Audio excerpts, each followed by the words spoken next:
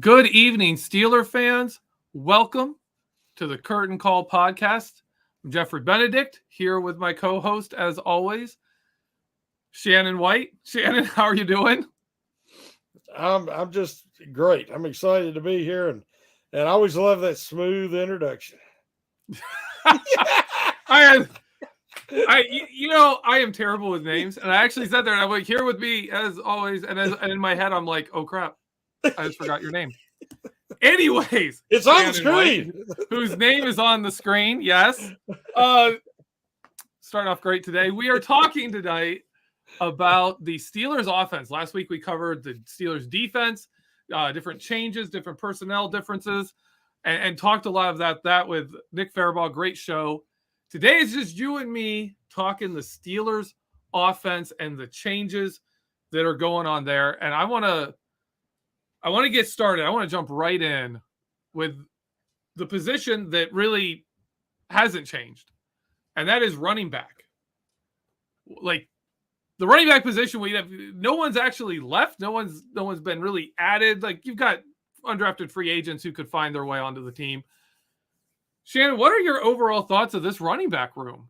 It's just rolling back the running backs from our rushing offense last year wasn't that great statistically. First off, do we want to talk about or acknowledge the Baker Mayfield trade? Or do we want to save that for later in the show? I think we should. I could do either way. Yeah, let's start talking. We'll do that in a little bit. Okay, we'll start. That's going to be fun. We got our work done first. Yes, I'll try to resist the urge. We've talked before. Nigel Harris is a workhorse. He's going to be a star. If they can give him a halfway decent line with all the other improvements, the quarterback mobility factor, new scheme, play action, all, move the pocket, all the stuff that they'll be able to do, he's going to be a huge beneficiary. And I've not felt comfortable judging the depth because, everybody's like Benny Snell, Anthony McFarland. They need somebody else. The only thing is can we actually judge any of the skill position players when the offensive line has been so bad? Because it's hindered every part of the offense. The fact that Harris got 1,200 yards behind that line, that's incredible. I think he was third in the AFC in rushing yards. I mean, that's so there really hasn't been any changes, but I think we could see improvement. And all these guys look better and more functional if the offensive line takes the step forward that we believe it will. So I'm not as excited or feel it's as important and urgent to get another running back as a lot of people are. Yeah, I mean, if you look at the last good rushing year the Steelers had was 2018, where James Conner had a Pro Bowl season. He was pretty good there. They mixed it up a bit.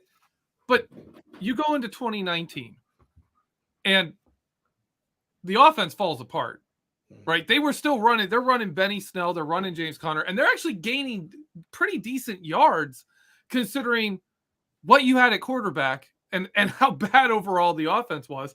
2020, they were running really well to start the season. The line falls apart.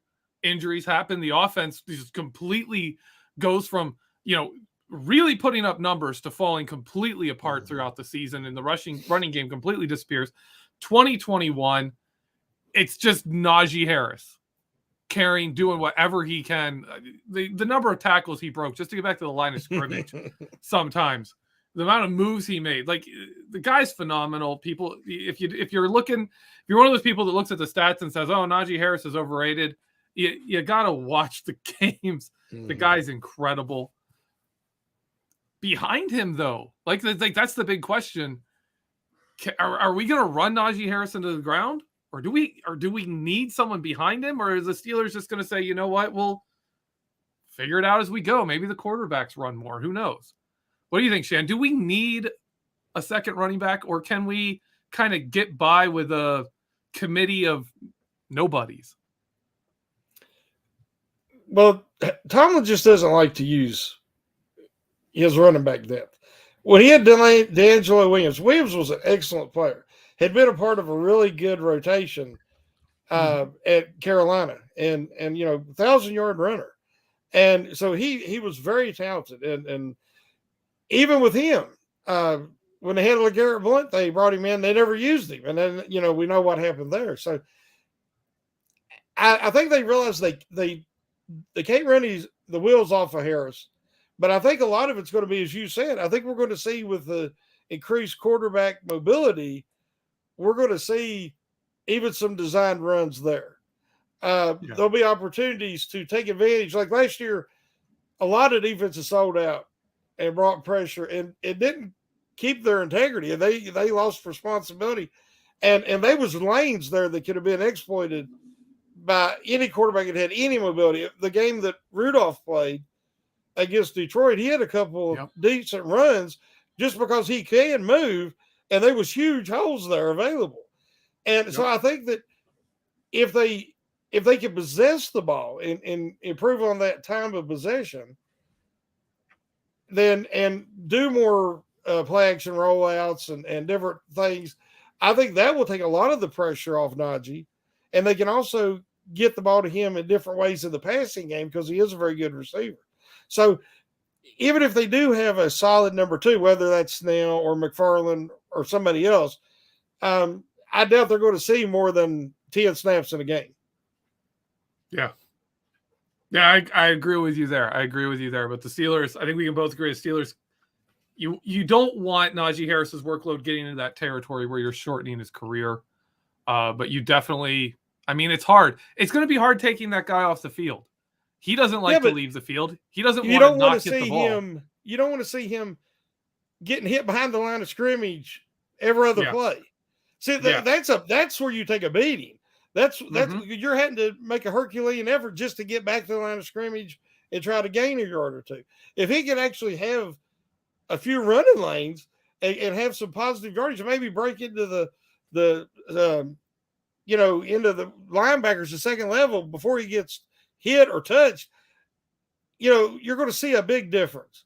And that way you're not taking anywhere near the pounding that you're taking getting hit in the backfield constantly. Yep, I agree with that.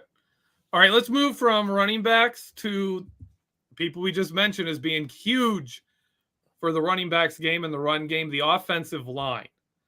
On the offensive line, the big loss was Trey Turner.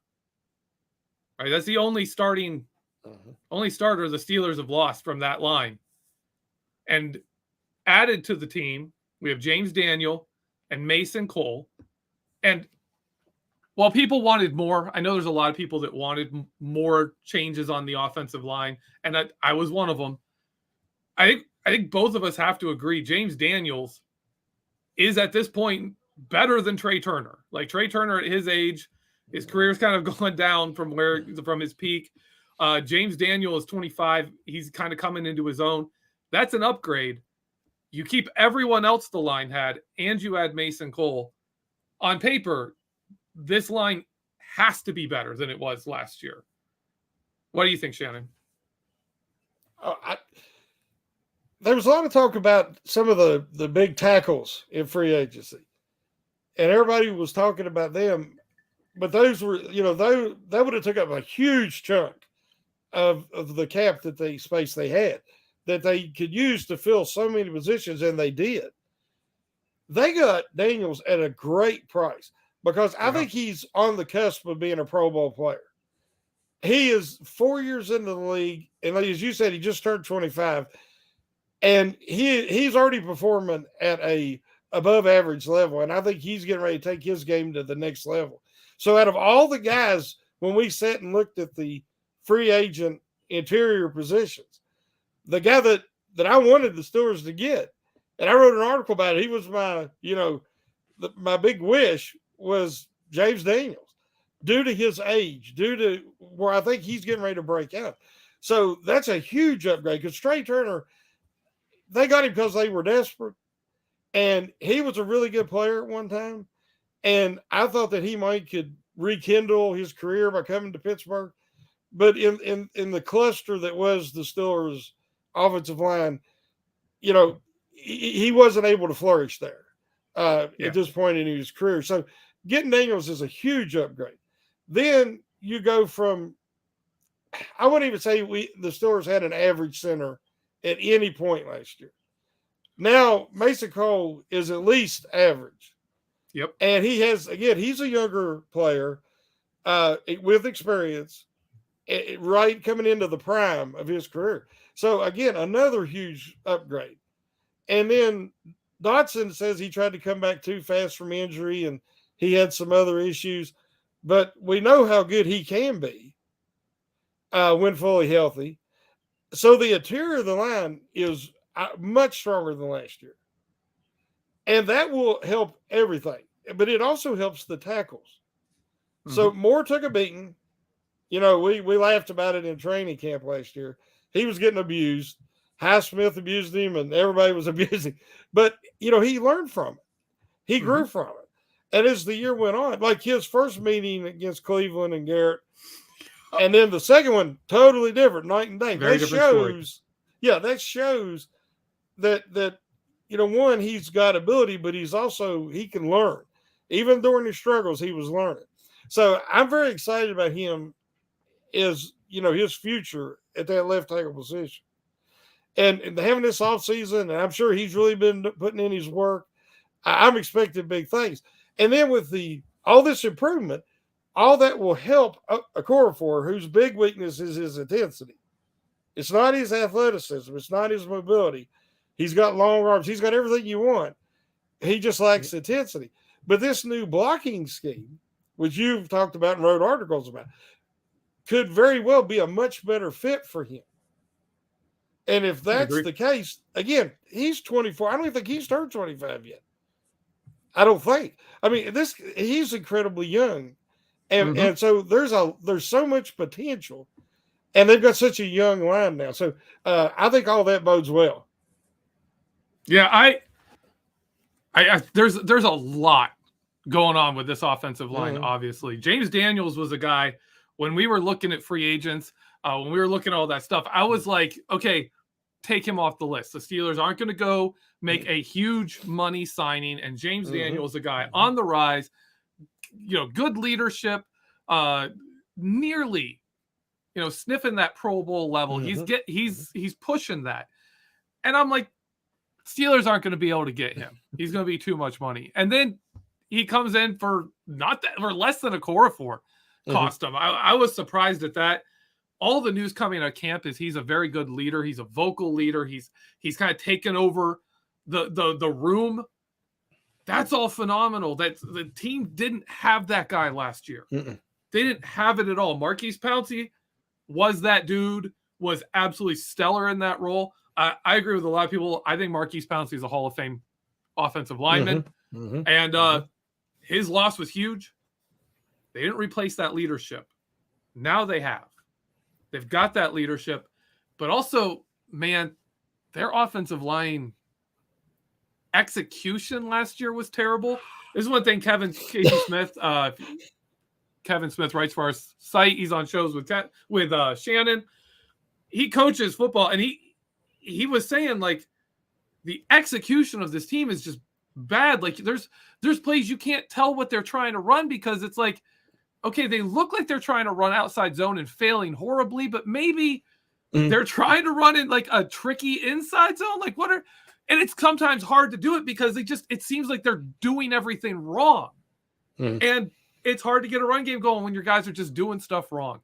So I don't know where to put this offensive line. We could see, you know, Kevin Dotson return to what he looked like in 2020 when he looked like an absolute stud. We could see Dan Moore develop. We could see Kendrick Green become a nearly starting level player. Like, he could become that guy in his second season, make that big leap forward. We could see Mason Cole and James Daniels solidify the interior of this line.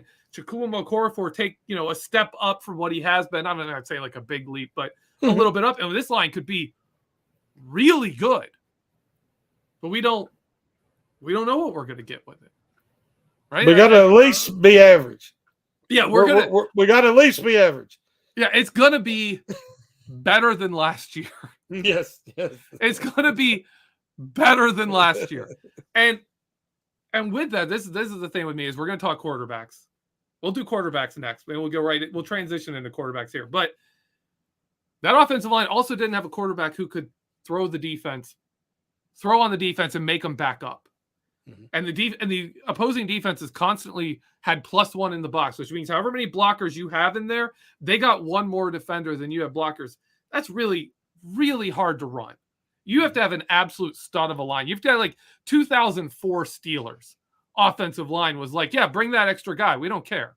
Mm-hmm. We'll block. We'll throw that guy to the ground and block that guy anyways. It worked for them. That's not this line. They didn't have that. If the offense puts the offensive line in a better position to succeed with a quarterback whose arm isn't completely dead, that's going to benefit them too. There's all kinds of potential for this offensive line to be so much better, but they just have to be at least raise the bar up back up to normal, to average. I agree with you there, Shannon. Okay, let's go to quarterbacks. Obviously, I mean, this is the hard point for me. Ben Roethlisberger is no longer on this team. And that's huge. Because Ben is irreplaceable. His career, phenomenal. What he has done in Pittsburgh, the highlights, the talent he had, the way he dominated this division for so long. And yet, watching him play last year, I got to ask you, is Ben Roethlisberger being off this team an addition by subtraction? Well, we talked some last week after the podcast with Nick, and there was a lot of talk. You and Nick was talking about his arm being dead, and I stayed out of that part of the conversation because I very much disagree with that from the aspect of as being in the old days, he could be getting hit, body weight going backwards off his back foot. He could throw it 50 yards like he did against Denver to Juju on the 96-yarder. I mean, that ball was in the air over 50 yards, and he was almost going out the back of the end zone. Mm-hmm. He could do things that were, elite. Yeah. When he come back from his surgery, his arm was still above average. It wasn't been average, but it was above average. There's a lot of quarterbacks. People talk about Joe Burrow and his arm strength. And they say Pickett's arm ain't as good as Burrow, which I disagree, because if you remember Pickett's rookie year in 2020, they come to Pittsburgh and played, and it was a real windy game, real windy. And it was a crosswind blowing across the field. Burrow could not do anything. He had, I think it was the worst statistical game of his career. And he did not have the arm strength to get on top of that ball. You got to get on top of it and drive it through that kind of wind. Yep. And Burrow could not do it. But people say Burrow has an elite arm. I hear it all the time. Ben, at 37 years old, after elbow surgery, had an excellent game. And he was driving that ball out to the sidelines. It wasn't an arm strength issue. It wasn't a dead arm issue even last year. But what happens, anybody that's played, of course, I was baseball. But if you have leg injuries, knee injuries, there's so much torque and so much pressure on your lower body. It's just a part of your natural follow through in your throwing motion. He could not do that anymore. He lost his legs in 2020 as that year went on, and everybody's like, "Oh, his arm's gone. His arm's gone." No, if you watched his throwing motion, he was never fully committing. He wasn't driving forward and all that weight going on that front leg. Two reasons why. One, bad knees. Happens to all of us. You get older, that happens. Two, he did not trust his offensive line. Because what happened towards the end of 2020 and all year last year, pressure up the middle. Guys falling at your feet, falling at your legs. No quarterback likes that. Especially a quarterback who has to rely on their motion to generate power. Those guys really don't want guys at their feet and their legs. Tom Brady, after his injury, he's always been very conscientious of people at his legs. He'll throw the ball away, before he'll, try to complete a pass there. So I think that the problem was the reason Ben had to get rid of it so quickly, and he chose to get rid of it, the reason that he didn't have some of the RPMs behind them throws is because the interior of the line was so bad, and he did not trust it. He was trying to, avoid injury. So that being said, with the offensive line as it was last year, that was a terrible combination with Ben Roethlisberger at 38 years old.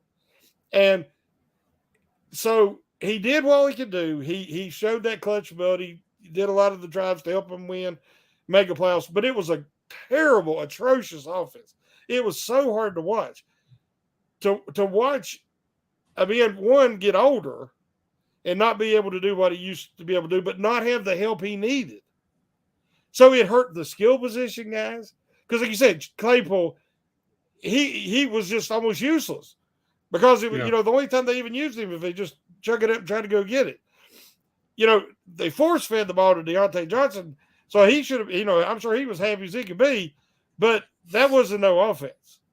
It just limited everybody else. James Washington was basically not even there. Juju got hurt trying to run over somebody because everything was at the line of scrimmage or behind it. So, honestly, based on last year, this year having the quarterback mobility factor, plus that improved offensive line, the Steelers are taking a step forward potentially at quarterback because now they can run a complete offense, something that Ben was no longer able to do. He could have been successful with a strong offensive line, a strong running game. He was unable to have the running game because the line was so bad. So there has been improvements there, regardless of who starts. It could be Trubisky, it could be Pickett, even Rudolph, whoever it is, there could be improvement there. I will absolutely agree with you there. Yes, that's very good. Saying his arm is dead is actually kind of a lazy statement by me. I will cede that point. Yeah, I'm going to agree with you overall that the situation, the mobility factor, fitting the Matt Canada offense that the Steelers clearly wanted to transition to after Ben retired, it's going to be a better fit. It's going to be a better situation. And it should be better results. What's your ideal scenario for this quarterback room in 2021? What do you want to see happen with who's the starter, how much they play? What would you like to see? I mean, obviously we'd love to see like Mitchell Trubisky turn into Ben Roethlisberger and lead the Steelers to a Super Bowl. But realistically speaking, what are you hoping for this season? Well, I was talking to a guy the other day, and I don't think that, you'll have a guy like Terry Bradshaw, you have a guy like Ben Roethlisberger. They're once in a lifetime. We can have another great quarterback, hopefully, in my lifetime. But I don't expect him to be another Ben, let's say. Trubisky would be a great situation if he could give him that veteran leadership, that experience, and because of his mobility and his familiarity with a lot of the things that they're going to be asking him to do, and he just take the reins this year and keep it, and then let Pickett back him up. And people say, well, you don't want Rudolph, you don't like Rudolph. Here's the problem. If Rudolph ends up being the starter, the Steelers screwed up royally because they paid for a guy that they really don't need in Trubisky, and they drafted Pickett in the first round when they had other needs in other areas, directions they could win. And so the least favorable thing for the Steelers would be is if Rudolph does win that position and looks like he is the answer, then you got two guys that you don't necessarily need. Yeah. So in a perfect world, you'd like to see Trubisky play very well, help him have a really strong season, and then let him and Pickett compete for that starting position next year. That's a pretty good working out. I'll agree with that. What do you see as these quarterbacks? What do you think Trubisky and Pickett, what do they bring to the offense? What kind of unique things do they bring compared to each other? Trubisky, I like his leadership. Again, I like his experience. I like the fact that he's went through Chicago and that graveyard of a situation there for quarterbacks. Matt Nagy, that whole situation. It didn't break him. He still found a way to win games. 2-1 touchdown to interception ratio. Never had great skill position talent around him. I like that. Now he shows some decision-making issues, especially under pressure. Hopefully he's matured and he's willing to throw the ball away. But as we all know, Ben never outgrew it. The desire to be a playmaker, he would make some passes every year. You're just like, why? I mean, you're an 18-year veteran. Why did you throw that? But if you try to, it's almost like neutering a dog. If you try to take certain things away, you also take away the playmaking ability and the other. So, you kind of got to live with some of that if you got a gunslinger. Favre did it. Elway did it. They all did it. The guys in that category. To me, Pickett has something. I don't know. He showed it on the collegiate level. Now, we don't know about it in the NFL. But he has a lot of that it factor that it's hard to put your finger on. I think that he has leadership. It's going to be harder if he starts as a rookie to have it, of course. You have to earn that. But I think that he has so much touch. He could make about any throw. And some people talked about his decision making, but he had an incredible season, and most of the balls that were maybe questionable were intercepted. He didn't have a lot that were dropped, or he kind of got lucky because he did an excellent job protecting the ball for Pitt. Because I don't watch Pitt, but I had to go back and kind of watch some of the available footage, and it seemed like he did an excellent job, and he anticipates well. Things we've talked about, anticipation and leading the receiver, and I think he does a good job reading the defense before the play.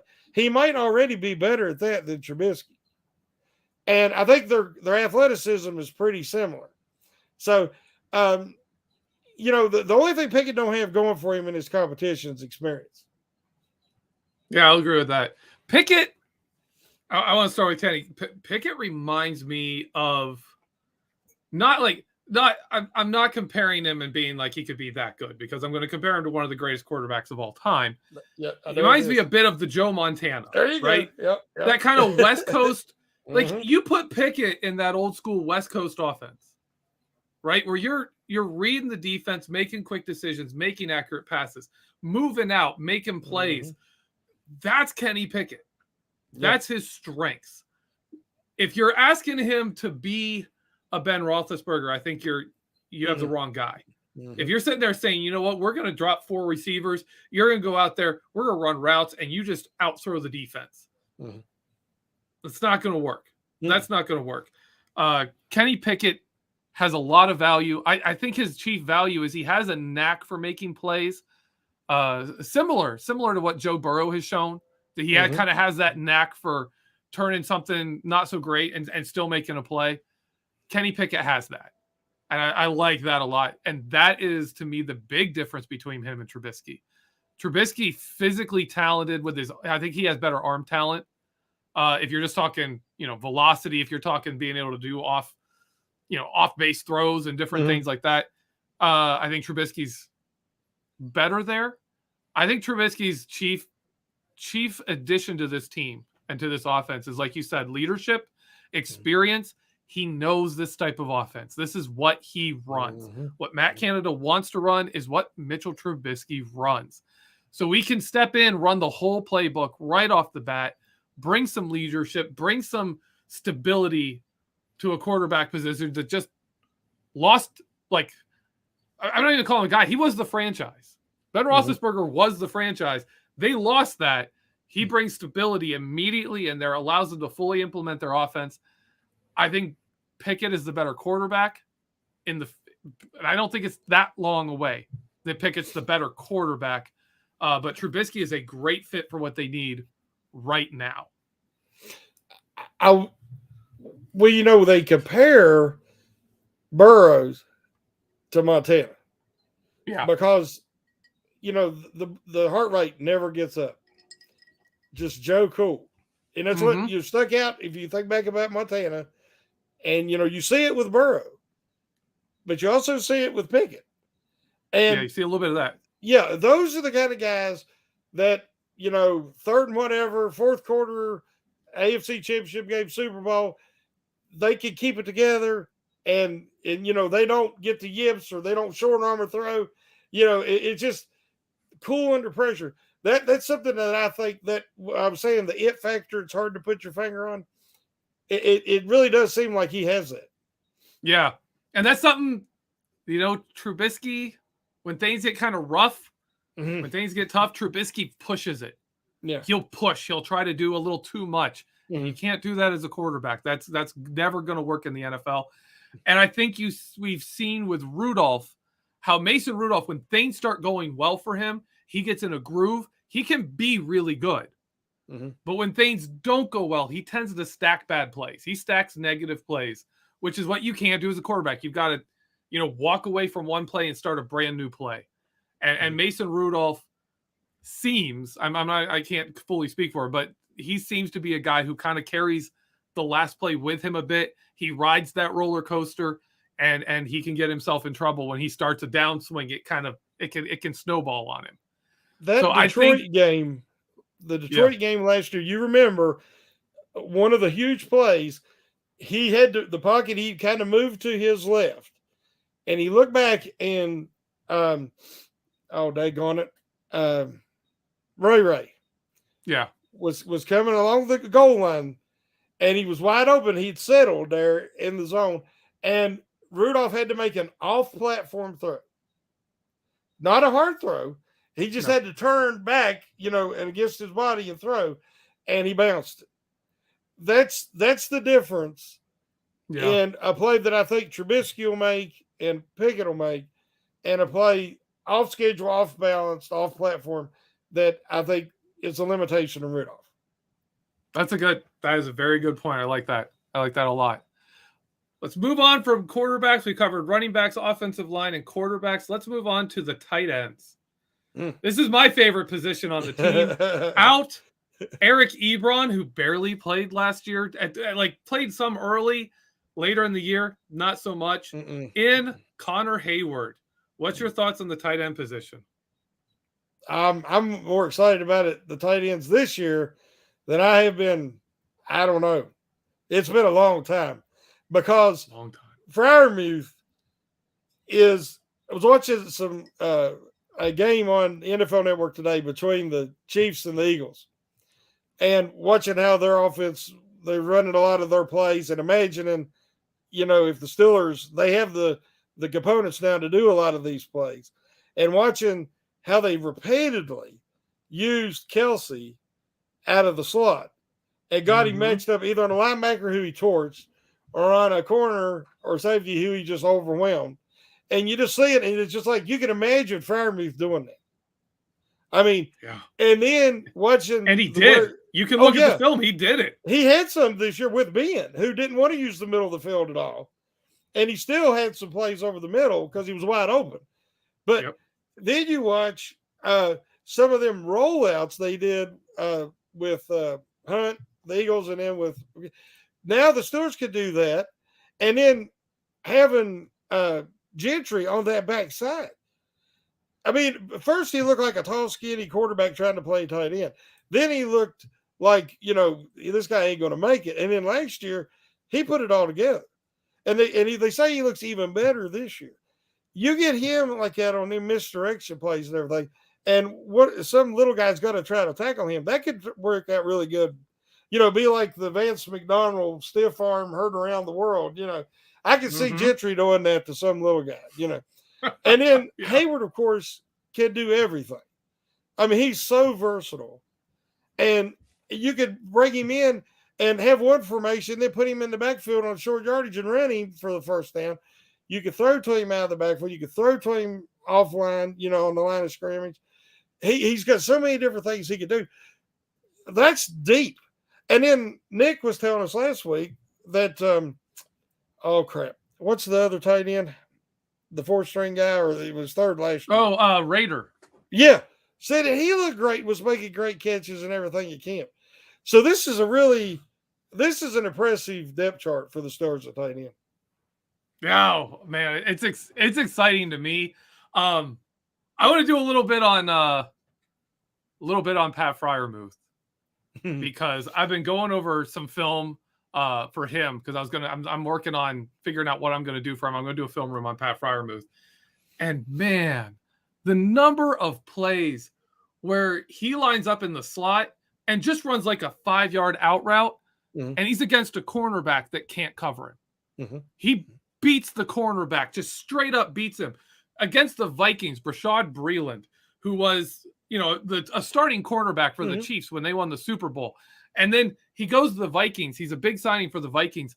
That game, fourth quarter, Fryermuth comes at him, makes a move, cuts outside, breaks his ankles. The guy looks like he just got shook by a crossover dribble. Like if you're old enough for me, Tim Hardaway, like that kind of like where he leaves a guy and the guy's like, stumbles off the side. Breeland did that. Yeah. Pat Fryermuth absolutely shook him, caught the ball and goes. Breeland's getting up from the ground. They didn't touch him. I watched the replay to see it. I'm like, what, did he throw him to the ground? No, he didn't touch him. To put him to the ground. My favorite part of that story, a few days after that, he gets in an argument with coaches and other players. He sits the next week. They cut him from the team after that when he was fighting with coaches, right? In my opinion, this is all 100% up here. This is not, I don't know what happened in reality, but in my opinion, what happened there was that came up in the film room. Yeah. And they showed it. And he got mocked for it. Yeah. And he started fighting with guys. Currently, he is a free agent. They cut him from the team toward the end of the season. Nobody signed the guy. You're blaming Fryermuth? Pat Fryermuth ended this man's career. He was a starting quarterback on a Super Bowl team, and Pat Fryermuth ended his career. That is my hot take. As I have no facts to back it up, but that's my opinion. I love it. I think Pat Fryermuth ended his career. He did it constantly. He's facing good quarterbacks, and he's just like boom, and he's good, and he's open. Yeah. Like going against cornerbacks. Yeah, I cannot wait to see what his next season brings because they're already talking. He looks better. He looks substantially better than he was. And you got to remember, he was the H-back when the Steelers wanted to play where they needed an H-back, someone to come across the middle and block somebody, even if it was a passing play. And he needed some guy to come over here and pick up this guy so they could run this little route and have the thing. That was Fryermuth because Gentry couldn't do it. Ebron couldn't do it. They got somebody who can this year. Yeah. If you want Pat Fryermuth on the line and you want an H-back, you got Connor Hayward. That's his entire deal. That's what he does. That's going to open up Pat Fryermuth. You want to go 3 tight ends, put Connor Hayward at H-back, Zach Gentry in line as a primary blocker who can slip out and catch passes, and then put Fryermuth in the slot. You could run what looks like, like you've got one wide receiver, but then all of a sudden, boom, Fryermuth's out on the same side. And you got a twin set with Chase Claypool and Pat Fryermuth. I love it. I can't. I'm so excited for the tight end group. And Gentry looks a lot like another tackle. The way he can pass block and everything, he looks like another tackle. Yeah, he is something else. He had some reps on Myles Garrett where he shut Myles Garrett down. Yeah. They put him out there. They like some of the plays on run plays. They were like, yeah, Zach Gentry. Dan Moore's gonna do like he's gonna go after the tackle. Go get Myles Garrett, and he did. Yeah, he did. Yeah. He's fantastic. I want to move from tight end to wide receiver. Wide receiver is a position everyone else is excited about. You know me, I'm more excited for the tight ends than even the wide receivers. The wide receiver position is the one position on this team that saw the most turnover. We lost 3 contributors from the wide receiver room. Juju Smith-Schuster, Ray McLeod, and James Washington. Replacing them, obviously, Gunnar Olszewski is coming in, primary punt returner, who also looks, and kick returner, who also looks pretty good as a wide receiver in practices so far. Mm-hmm. Brought in George Pickens and Calvin Austin III. Where do you think this wide receiver group goes? Where who is what's going to happen with this group? There's so much potential with this wide receiver room. What do you think happens with this group? I'm going to say upgrades. Oh, yeah. I really like Juju. He couldn't help getting injured, but he was not at a wide receiver one, which, he was a great wide receiver too when he had Brown across his wide receiver one, but he's never been the same, even when he was healthy. I think that if I can jump in here, I want to say that injury against the Browns, when he was hurt in 2019 against the Browns, I will argue that's the turning point, because before that, he was producing with Mason Rudolph. He was on pace for a 1,000-yard season in 2019. He got hurt in that Browns game and has never been the same since. And him and Devlin Hodges couldn't get a pass. You could not get a ball from Devlin Hodges to Juju Smith-Schuster. It just never happened. It just couldn't happen. Anyways, I just want to clarify that. I'm a big Juju fan. But, man, that Browns game with that injury, he was never the same again. And I'll let you go. I'm a Juju fan too. Yeah, I love the respect he had for the organization and for the fans. And I'm rooting for him to do great with Kansas City. I think he's in a lot better situation with that offense to be able to rebound in his career. Yeah. But maybe it was that injury in 2019, but he hasn't had the same explosiveness when he's been focused on as the number one receiver. He was still getting numbers with Rudolph at quarterback, but he wasn't the explosive numbers. And everybody's like, why is these yards per catch down? But when you got the best receiver in the NFL at the time, taking that coverage away from you and the attention away from you, and you're that good as Juju was, that was a great situation for him. Playing across from Jerry Rice, or, you're going to have some favorable coverages. But I told you, I've always said that Washington cannot get separation. I think we'll find that out in Dallas. He still will not be able to get separation. He's got a role. He's a possession guy, but he's not going to be what a lot of people expect. And Ray McLeod should have never seen the field other than the kick return and punt return. So I think that you've got Deontay Johnson. I think he will be on the team this year. He's not going to see the targets he's seen before, but he's going to be able to have more plays, more of a repertoire, and show what he, even though there'll be less total targets. I think Claypool's in a much better position in the slot. Yeah. And I think that his game will prosper from that because he's a matchup nightmare. Whereas Pickens is that body control and the leaving ability and the ability to catch, high point the ball. Pickens is perfect for that position. He can do the things Claypool couldn't. So I think immediately right there, you got an upgrade. Now you have Calvin Austin III, who brings that speed element, that explosiveness, where any play can be 6 points. The Steelers have not had that. Yeah, I can't even remember the last time they had that. Brown was explosive. It could, he could turn any play into 6.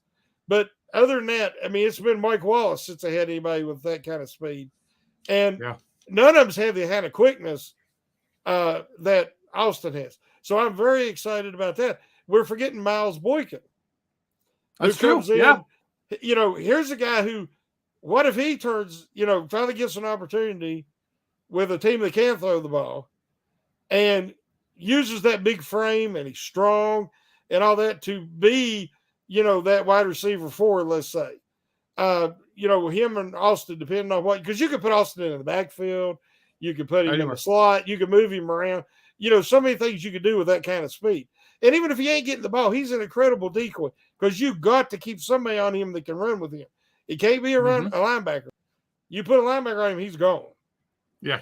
So, like you said, Gunnar Olszewski, I just thought he's coming in to be a kick returner, but they're saying he's really looking good catching the ball and can be another guy they can use gadget plays or, stuff of that nature. So I think it's an upgrade.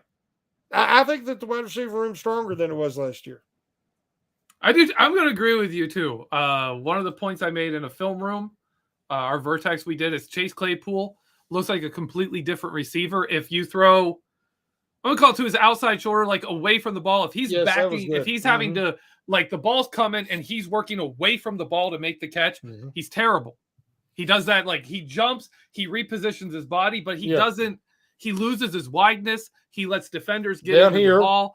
His catch rate goes down. He ends up off his feet every time. When you see him fighting back to the ball, looking towards the ball and moving towards the ball, if the ball's coming from here and he's going towards the ball to get to it, he's fantastic. And in the slot, those slants, post routes, everything, curls, it's all routes that he's good at. You don't want him running down the sideline. You don't want him running fades. The most telling to me was in the end zone. They ran stuff to Claypool over the middle. When they wanted to go to a fade, they went to Deontay Johnson. Yeah.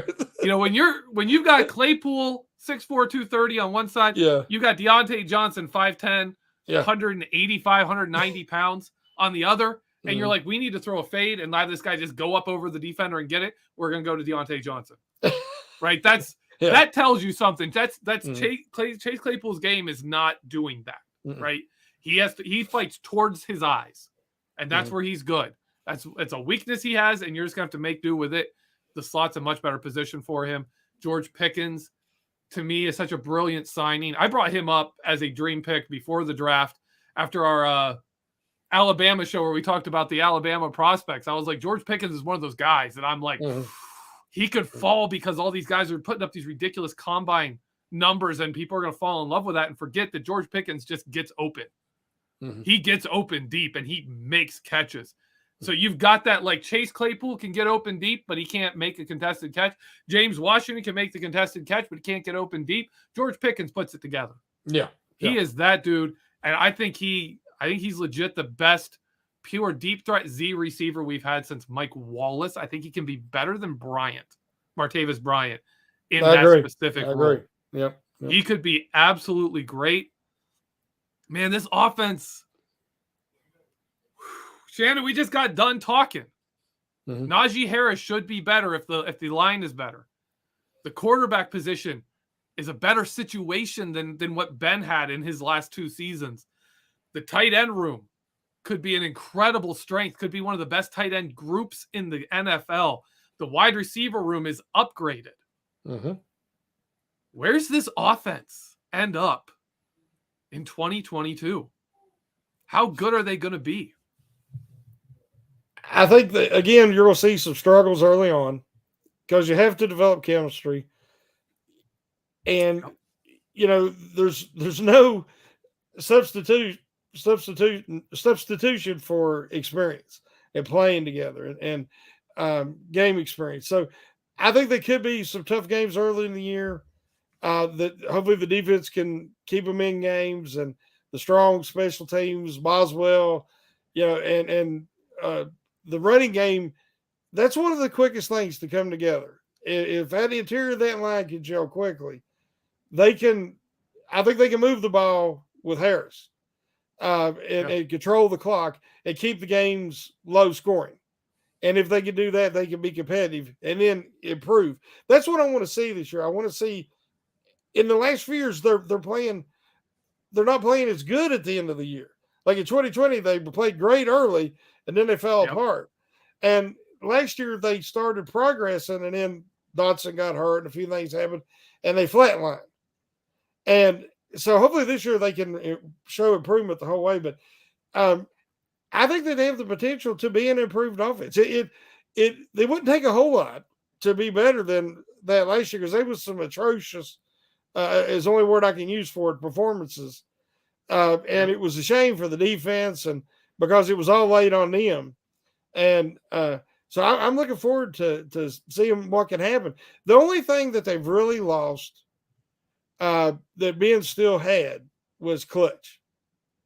So they need to have leads at the end of these games now and figure out a way to keep the ball and run out the clock and stuff of that nature. Because if they're in a lot of games where they're losing at the end, then until somebody proves to be clutch, you just don't know. Yeah, I agree with you. I think what we need to see from the offense this year, and really, if you go through last year and you look at you say, how much better does this offense have to be for the Steelers to be a team that can win a playoff game? Mm-hmm. And it's not that much.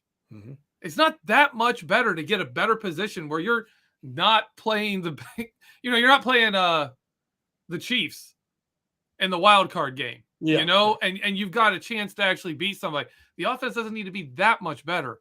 And I think the big thing is if this offense can be one that can score more consistently, mm-hmm. right, then the defense is the unit you're going to see step up. You go back to the 2008 Steelers, the 2010 Steelers, the offense would score points. The defense would keep the game close. And then at the end, when you're looking for that big play, it was often the defense that was making the play to seal the win. Well, when you're down, the defense can make those plays. It still doesn't seal the win. The offense has to come out and score points. Yeah. And I think this defense is good enough. And I think the offense is getting into shape. I think this team could win a playoff game. Last question for you, Shannon, is one we can't completely ignore, even though that's not the point of the show. I gotta say, I gotta issue you this one question first. Okay, go ahead. My key thing for this year on offense is time of possession. Now, remember, I said it here. Mm-hmm. They have to improve their time of possession. Yep. I think you would agree with that. Yes. Yeah, actually, the length of each drive, no, like get those first downs, move the ball. No. Yeah, keep control of the game. I absolutely agree with you on that. The last thing I want to talk to you, though, it's been brought up numerous times in our live chat. Is Matt Canada up to the challenge of this team's offense with the talented weapons, the question marks at quarterback, and an offensive line that's kind of retooled? Is Matt Canada, the coaching staff, Pat Meyer, the new offensive line coach, are these guys the right people? Are they going to be able to do it this season and pull it together? On paper, I'd say yes. It looks like all the components are there. Myers is a good fit. Canada's got all the things that he's needed where he's been successful at other stops.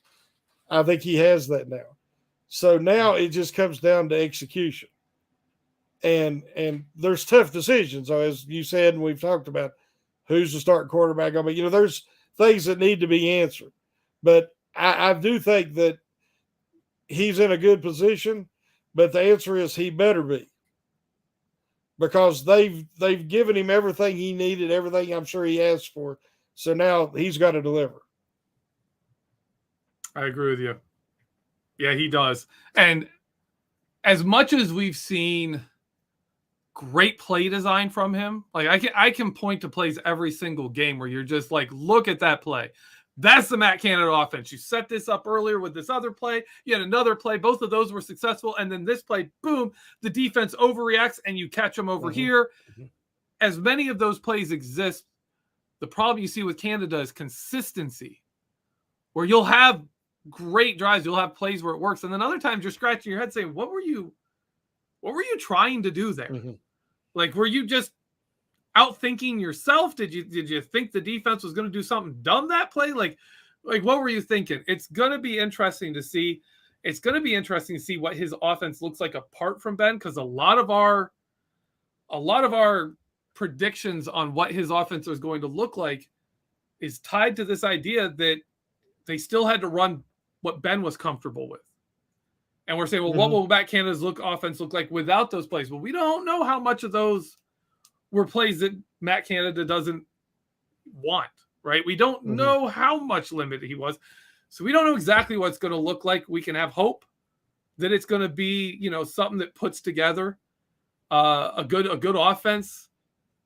We've seen it, but like you look at the offense is really well known for being this style. You're dealing with the Chiefs. You're dealing with the Bills, where you have quarterbacks like Josh Allen and Patrick Mahomes, where when the play doesn't work, the quarterback can still do something with it and make that play. I don't think we have that guy. We don't have a guy who's going to be like, well, the offense fell apart. Go make a play on your own. That's not, like we've said, Mitchell Trubisky isn't that guy. And I don't think as a rookie, Kenny Pickett's going to be that guy. who can sit there and just say, oh, I'll take over the game myself. There are question marks there of what Matt Canada can do, and it's going to be interesting to see what he is able to do. Now, we have gone well over our allotted 45 minutes here, Shannon. We're gonna be calling in the principal's office. Yeah, it's got a good show. So I want to give you a chance to plug anything you've got coming up as we get on out of here. I don't know if it's going to post tomorrow or Friday, but I have an article about Damontae Kazee and how that there's a narrative going around. I don't know where it come from, that he was brought in to challenge or replace Edmonds. And that is a false narrative. He is a deep safety, a free safety. He is not a box safety. He cannot give the Steelers what Edmonds gives them. I think we'll see a lot of usage of all three, but he was not brought in with Edmonds in mind. So check out that article when you get a chance. All right. And for me, I don't even know what I have coming out next. I've been really busy around here. So my articles, I haven't been following up on them. Just make sure you're checking out BehindTheSteelCurtain.com. Look at Shannon's articles. Check out the other podcasts from Behind the Steel Curtain's family of podcasts. We are truly your one-stop shop for everything Pittsburgh Steelers. You get analysis, you get news, you get roster updates, you get everything you want. You want narratives, you want opinions, pieces, stories. We've got all of it. BehindTheSteelCurtain.com and Behind the Steel Curtain podcast. Wherever you're listening to this, you can listen to all the other ones that are on, and there's 20 a week. And we give everybody a voice. That's true. Everybody's voice is heard, and that's important. There you go, Shannon. I like that. So for Shannon and myself, thank you as always for listening. Thank you for the people who come on and participate in our live chat. We always enjoy reading your comments. And as always, have a great week, and let's go Steelers.